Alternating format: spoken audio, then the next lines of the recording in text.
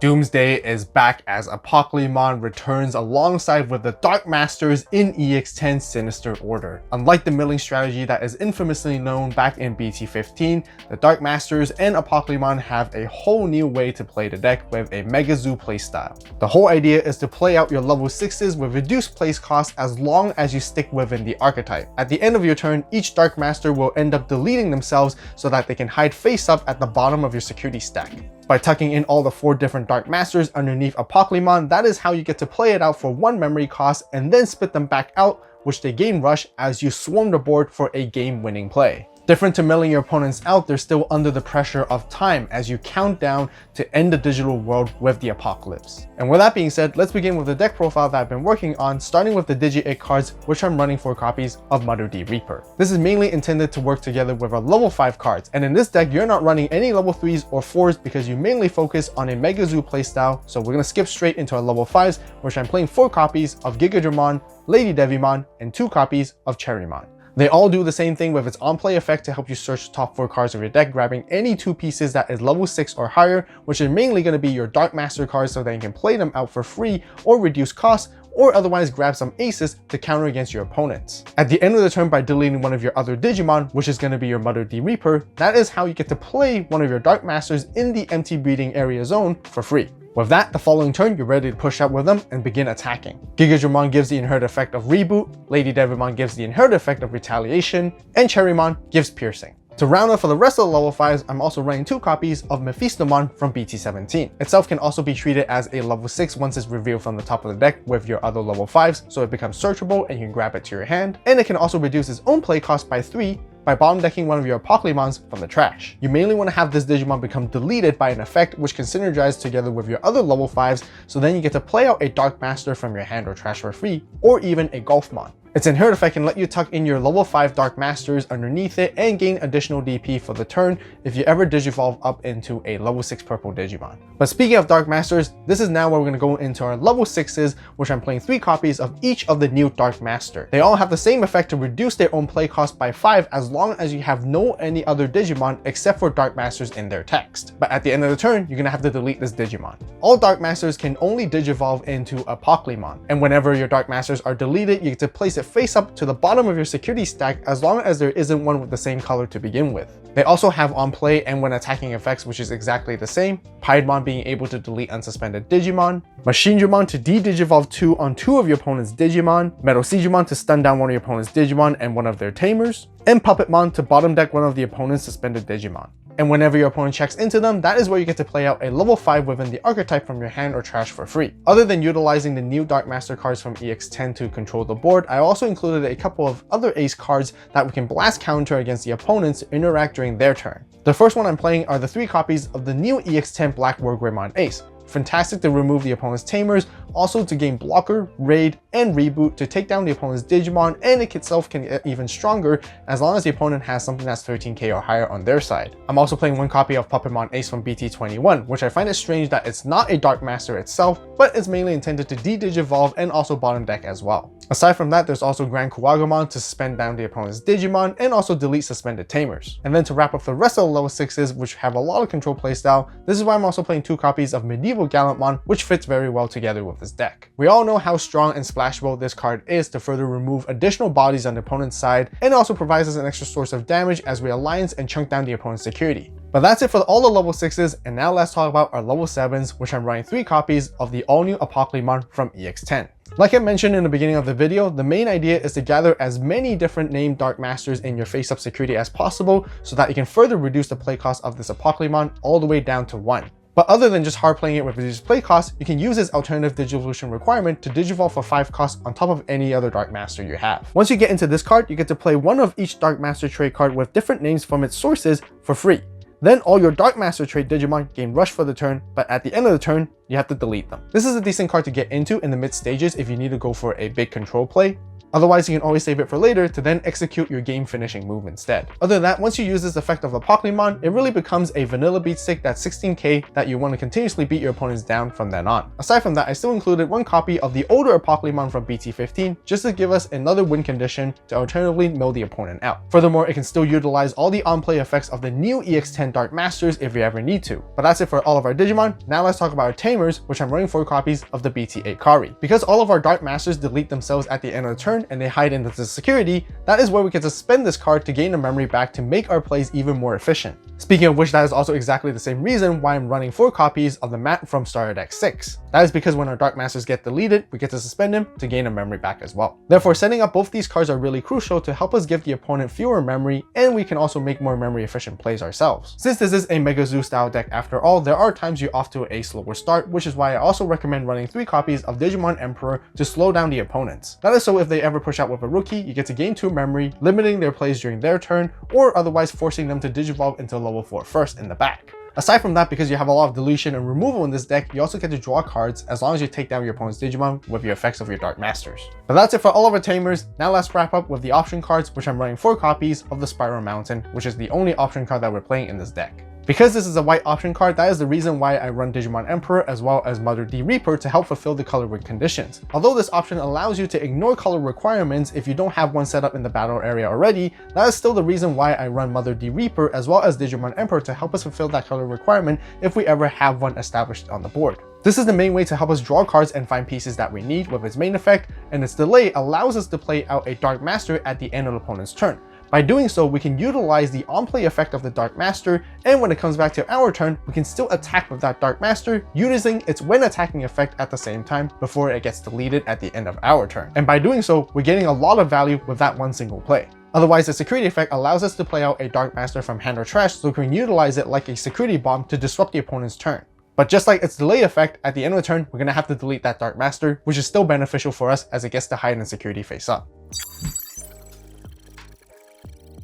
Tech choices and other cards that you guys can also include, aside from playing Mother D Reaper as your egg, you can also consider running the Demi-Meramon from BT15 alongside with the Ukomon package to help you turbo and push out, and also do chip damage to help you find pieces at the same time. Since you play a lot of level 6s in the deck, you can easily have your Ukomon get deleted so you can trash that away and then draw additional cards. Because this deck heavily focuses on reducing play costs, you definitely want to have ways to deal with Floodgate rookies that stop you from doing so. So cards like Porcupamon or Queen's Device can also be included to deal with them. If you want to go for more of a blue engine, you can also include Scorpiomon, which alongside you can play blue ace cards, which gives you access to Vicomon Ace as well as Metal Seedramon Ace as well. Other ace cards you may also include is the EX10 Beelzemon that can help you mill additional cards to have them set up in the trash, and then you can also de-digivolve and delete your opponent's Digimon based off play costs. Doctormon can also help you achieve the same thing. Otherwise, you can also include Mega Gargomon Ace to stun down your opponent's Digimon or Tamers and lock them out from digivolving. Since we're playing the BT17 Mephistomon, you can always choose to include the BT17 Golfmon to synergize together with it as well. That is just so you can delete one of your opponent's level 5 or lower Digimon as you add in additional source that is Dark Master in its text, and you get to attack and unsuspend by returning 7 cards for your opponent's trash back to the bottom of the deck, which can be beneficial against some purple based decks. Lastly, if you're looking for other ways to self-delete your Dark Masters to get a little bit more value, you can always choose to include Deathclaw as well, so that you can delete your opponent's level 4 Digimon alongside together with it.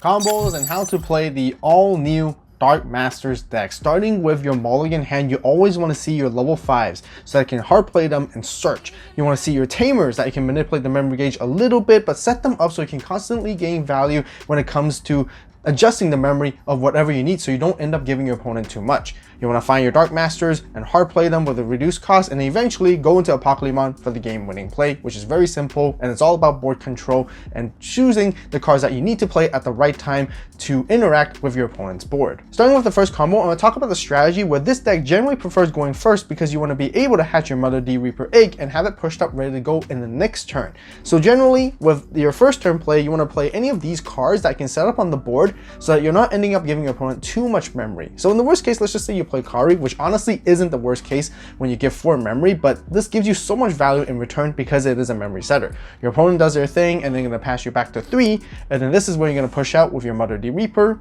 and then play out your level 5s to start searching and grabbing pieces that you need. Pieces you ideally want to grab are going to be your level 6s and so on, as well as Apocalymon, or otherwise grab any ace cards that you need. Now we're going to use the end of turn of the Gigadramon to delete the Mother the Reaper so that we can start playing our first Dark Master in the breeding area for free. By doing so, we're going to be ready to push it out in the following turn and start controlling and deleting things and removing stuff as well. If the opponent ever tries to attack into us, this is where we can always throw in a Blast Ace play, but I would highly recommend to think twice and be very careful with it, because in the following turns, if you ever would try to play another Dark Master out with the cost reduction ability, you have to make sure that you don't have any other Digimon other than Dark Masters in their traits. So by going into these aces, you're going to stop yourself from being able to go into those plays, so you really have to make those important decisions during the course of the game, whether it's worth doing it or not, and how your game plan is, and strategizing ahead of time. Let's just say you don't go for the ace play,